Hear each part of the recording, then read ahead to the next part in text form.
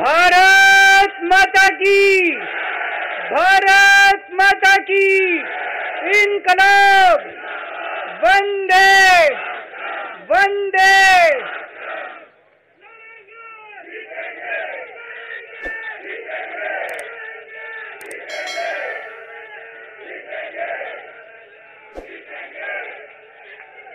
अदालत में आया हूं, जनता की अदालत में आया हूं, आपसे पूछने के लिए आया हूं, क्या आप केजरीवाल को ईमानदार मानते हो कि गुनहगार मानते हो?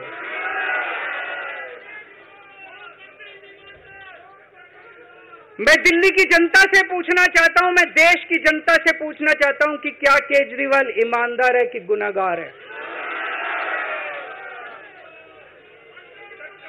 दोस्तों, 2 दिन के बाद, आज से 2 दिन के बाद मैं सीएम की कुर्सी से इस्तीफा देने जा रहा हूं।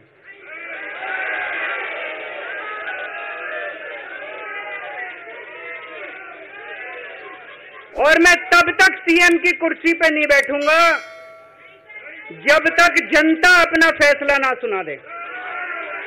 मैं जनता के बीच में जाऊंगा, गली गली में जाऊंगा, घर घर में जाऊंगा, और जब तक जनता अपना फैसला ना सुना दे कि केजरीवाल ईमानदार है, तब तक मैं सीएम की कुर्सी के ऊपर नहीं बैठूंगा।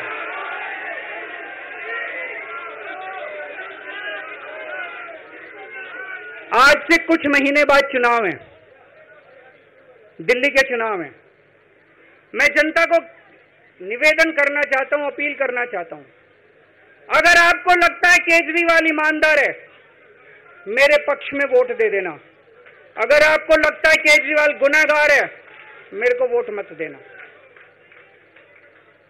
आप अगर मेरे को, आपका एक एक वोट मेरी ईमानदारी का सर्टिफिकेट होगा। अगर आप मेरे को वोट देके जिताओगे और अगर आप कहोगे कि केजरीवाल ईमानदार है, तो चुनाव के बाद, उसके बाद जाके मैं सीएम की कुर्सी पे बैठूंगा। तब तक मैं सीएम की कुर्सी पे नहीं बैठूंगा।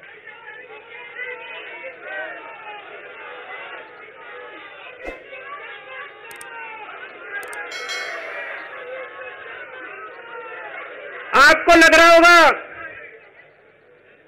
अभी अभी जेल से रिहा होके आया है, ये कैसा क्यों बोल रहा है? अभी अभी जेल से रिहाई होके आया है, अब ये इस्तीफा क्यों दे रहा है?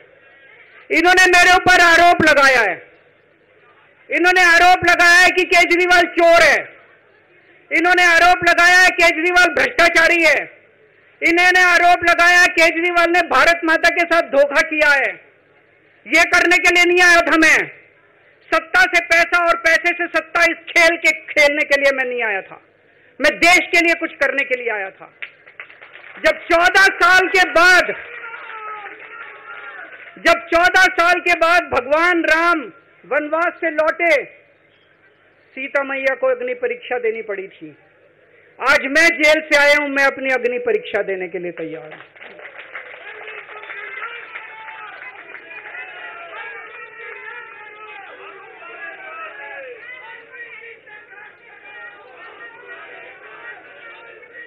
ये कुछ लोग बोल रहे हैं सुप्रीम कोर्ट ने कुछ कंडीशंस लगाई हैं, काम नहीं कर पाएंगे। पिछले 10 साल में इन लोगों ने कंडीशन लगाने में कोई कसर छोड़ी थी? एलजी साहब ने कंडीशन लगाने में कोई कसर छोड़ी थी? केंद्र सरकार ने 1 कानून, 2 कानून, 3 कानून, कानून पे कानून डाल के मेरी पावर छीन ली, पर आपके काम बंद नहीं होने दिए मैंने। ये कंडीशन हमारे लिए कोई वो नहीं रखती, कोई हमारे लिए अड़चन पैदा नहीं करती ये कंडीशन। इन कंडीशन को भी देख लेंगे, लेकिन मेरे लिए जो मायने रखता है वो है, मैंने अपनी जिंदगी में ईमानदारी कमाई है। अगर आपको लगता है केजरीवाल ईमानदार है, जम के वोट दे देना मेरे पक्ष में। चुनाव के बाद सीएम की कुर्सी पे जाके बैठूंगा।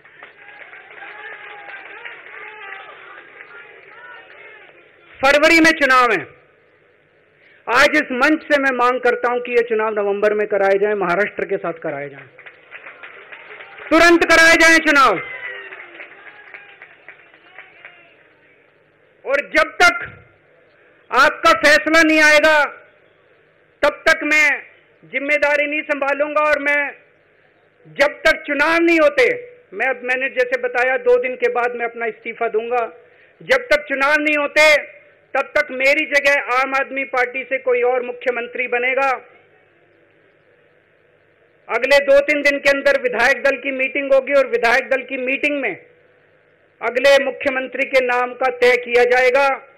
मैं मनीष जी से बात कर रहा था, जो पीड़ा मेरे मन में है वो पीड़ा मनीष जी के मन में भी है। इनके लिए भी वही सब कहा गया जो मेरे लिए कहा गया है। मनीष जी का भी कहना है कि ये दिल्ली के उप मुख्यमंत्री और शिक्षा मंत्री और मंत्री का पद तभी संभालेंगे जब दिल्ली की जनता कहेगी कि मनीष सिसोदिया ईमानदार है। तो मैं और मनीष सिसोदिया हम दोनों का फैसला आपके हाथ में है, जनता के हाथ में है। हम दोनों जनता की अदालत में जा रहे हैं, गली गली जाएंगे, जनता के बीच में जाएंगे और उनसे पूछेंगे, अगर जनता कहेगी ईमानदार है तो हम आके इसकी कुर्सी पे बैठेंगे। 2020 में आया था मैं, 2020 में मैंने कहा था, मैंने अगर काम किया हो तो मेरे को वोट देना और काम नहीं किया हो तो वोट मत देना, कहा था कि नहीं कहा था। आज मैं आपके बीच में आया हूं, मैं कह रहा हूं अगर मैं ईमानदार हूं तो वोट देना, अगर मैं बेईमान हूं तो वोट मत देना, बिल्कुल मत देना। भारत माता की, भारत माता की। इंकलाब, इंकलाब, आम आदमी पार्टी, आम आदमी पार्टी, अरविंद केजरीवाल, अरविंद केजरीवाल, भ्रष्टाचार का एक ही काल।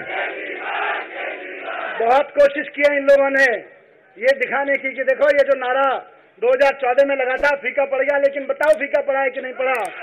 भ्रष्टाचार का एक ही काल, भ्रष्टाचार का एक ही काल।